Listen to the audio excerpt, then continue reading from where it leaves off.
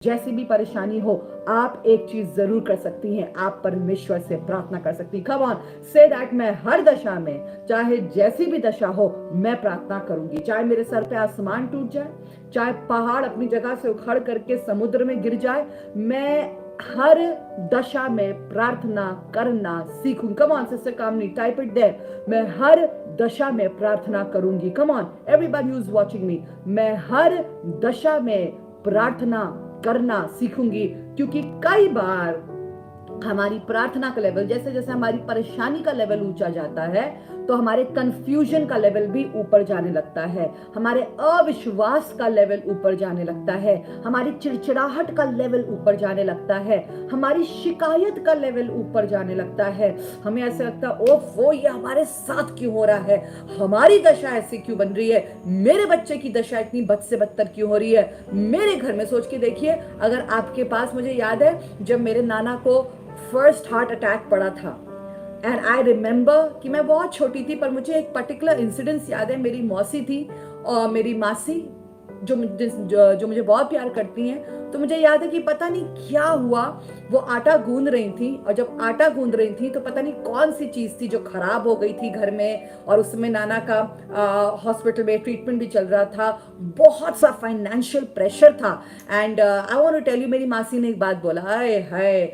गरीबी में और आटा गीला। I want to tell you, ऐसी दशाएं भी हमारी जिंदगी में आती हैं। जब एक परेशानी तो है, उसके ऊपर से दूसरी परेशानी भी आती है। अगर ऐसी दशा हो रही है आपकी, जहां पे आप ये कह रहे हैं हाय गरीबी में और आटा गीला, अर्थात एक मुसीबत तो थी, उसके ऊपर ये भी मुसीबत आनी थी। I want to tell you, चाहे जैसी भी दशा हो सिस्टर मार्गरेट, चाहे जैसी भी दशा हो सिस्टर मधु मिल्का, चाहे जैसी भी दशा हो sister Rose Miranda, I want to tell you, you got to believe it that you can go to God in prayer। आप परमेश्वर के सामने जाकर के अपने दिल को खोल के रख सकते हैं, और जिस समय आपको मन कर रहा हो कि अब बस हम रोते ही रहें, जिस समय आपको मन कर, ऐसी दशा हो कि आप कह रहे बस अब हमको अब रोने के लिए छोड़ दो, हमसे कोई बात मत करो, अब हमको सिसक सिसक के जीने दो, अब हम इसी दुर्दशा में पड़े रहेंगे और खत्म हो जाएंगे। अगर खुदा को कुछ सही करना तो करेगा, नहीं करना होगा तो नो प्रॉब्लम, हम ऐसे ही जिएंगे। मैं आपको बताना चाहती हूं कि आज आपसे खुदा का वचन बात करेगा।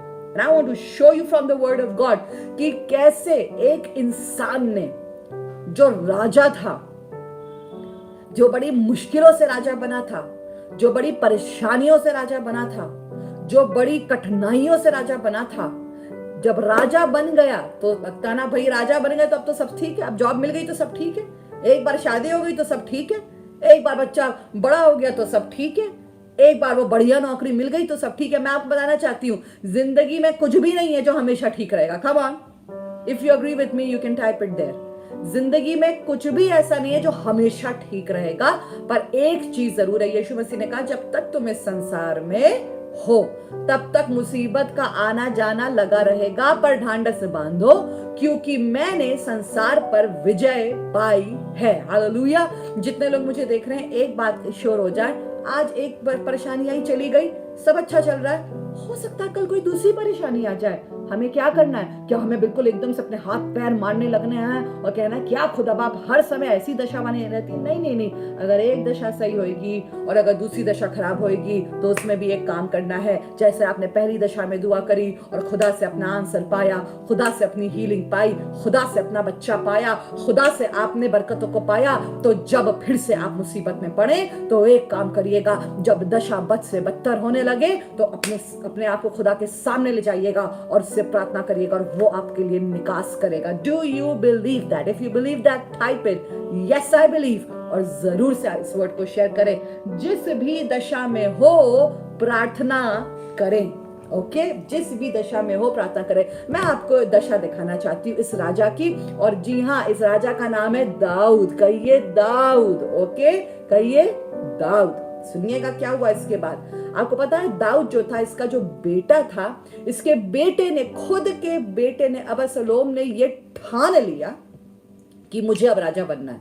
अभी मरा नहीं है दाऊद, अभी गया नहीं है दाऊद, पर ये कह रहा मुझे तो भैया मुझे राजा बनना, चाहे कुछ भी हो जाए। और ये इतना तेज बेटा था, इतना बेईमान बेटा था ये, कि इसने पता 50 लोगों को पकड़ लिया, रथ ले लिए, घोड़े ले लिए और कहा इन रथों घोड़ों को मेरे सामने सामने सामने भेजो, और 50 लोग ले लिए जो ये कहेंगे यही राजा है, यही राजा है। और इसने एक टैक्टिक चली, इसने एक चाल चली, ये जाकर के सुबह सुबह जाकर के फाटक के पास, शहर के फाटक के पास खड़ा हो जाता था, और जो कोई आता था इंसान राजा से मिलने के लिए कि वो अपना क्या कहते हैं केस उसके सामने प्रेजेंट कर सके और न्याय मांगे, तो ये पहले से जाके वहां खड़ा हो जाता था और कहता था अरे हमको बताओ क्या प्रॉब्लम है, हम तुम्हारे लिए निकास करेंगे, मुझे तो इस काम के लिए नियुक्त करा गया है। And I want to tell you कि जब आप अपने जीवन में होंगे तो कई बार आपके साथ भी ऐसा कुछ गड़बड़ इंसान, दूसरा मनुष्य कर सकता है,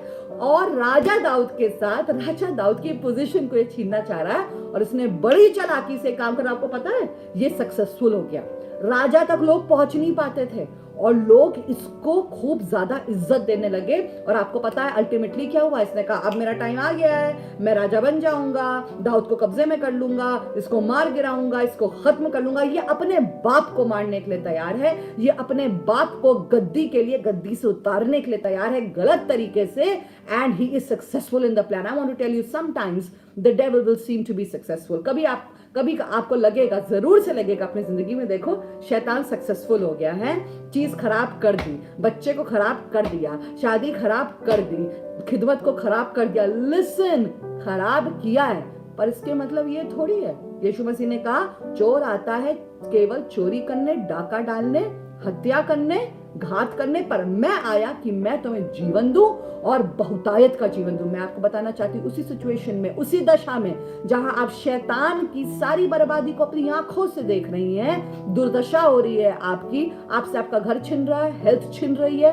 पीस छिन रहा है, शांति छिन रही है, चैन छिन रहा है, बच्चा छिन रहा है, शादी छिन रही है, खिदमत छिन रही है, आपकी डेस्टिनी आपके हाथ से निकली जा रही है, आपकी जॉब हाथ से निकली जा रही है, और आपका ऐसा लग रहा है भैया मैं तो बिल्कुल हार गई हूं। I want to tell you, एक काम करिएगा, ऐसी दशा में भी प्रार्थना करिएगा, क्योंकि दाऊद को जब ये पता लगा, दाऊद फटाक से वहां से भागा अपने लोगों को लेकर के और एक जंगल में पहुंचा है, एक जगह पे पहुंचा, और देखिए वो क्या कर रहा है। ऐसी दशा में भी दाऊद एक काम कर रहा है, वाह मजा आ जाएगा। तभी ये दाऊद था, सुनिएगा आपको बड़ा अच्छा लगेगा पढ़ करके। मैं चाहती हूँ कि आप आ जाएं 2 सैमुएल 15 और उसकी 30th आयत में।